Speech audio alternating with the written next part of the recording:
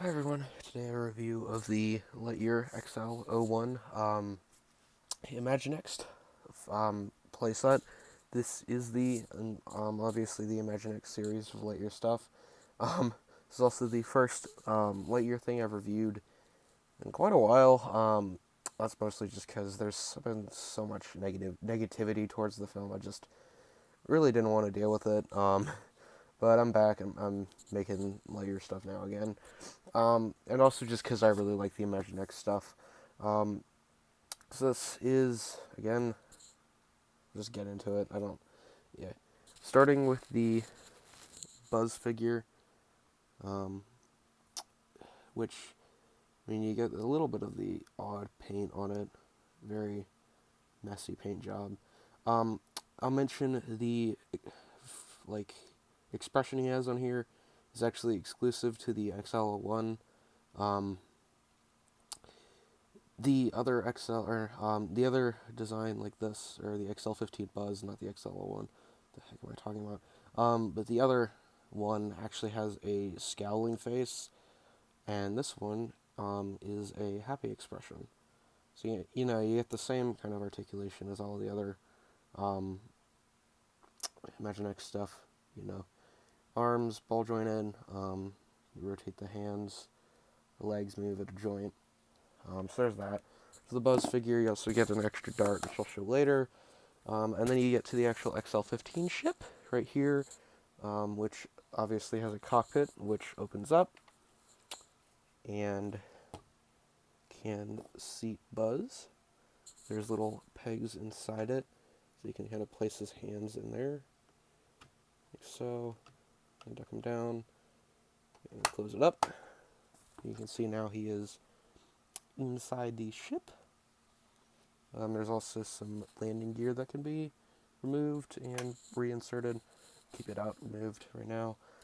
Again, with the same thing with the XL7 or whatever, it has a gun kind of trigger mechanic, which is really interesting. The way that works is essentially you just squeeze the trigger and it shoots out the dart, which comes out from the top there. You can see. Not really that much paint in terms of actual, you know, stuff going on. These can be pushed back in, which I'll show later. And then this button actually pushes them out. That's an LED, which I will show right now. On the back here, behind the trigger button, you can see there is a on and off switch, which means that this thing actually has, sound effects and stuff. So I believe, yeah, you can also put the darts in there, which is pretty neat. I literally just figured that out. But yeah, so you can turn this on. It has two volume settings. So there's low and then there's high. I'm going to set it to low. And you can see it lights up and makes noises. So this thing actually has a gyro sensor inside of it. The colors will actually change whether or not the actual position that you have the ship in. So if you turn it, you'll notice it turns a yellow color. That's supposed to be yellow. There's a green color that's way more green. Ducking down, you can see it goes red, and moving upwards, that is the vibrant green. And then pushing the actual button here sets off a blue light, and then kind of has this whole effect to go off. There's no sound effect for placing the things back in, and then there is one for actually firing the shot. And it actually also detects whether or not the missile is actually inside of the... So it'll like actually stop if you hear it. Come on.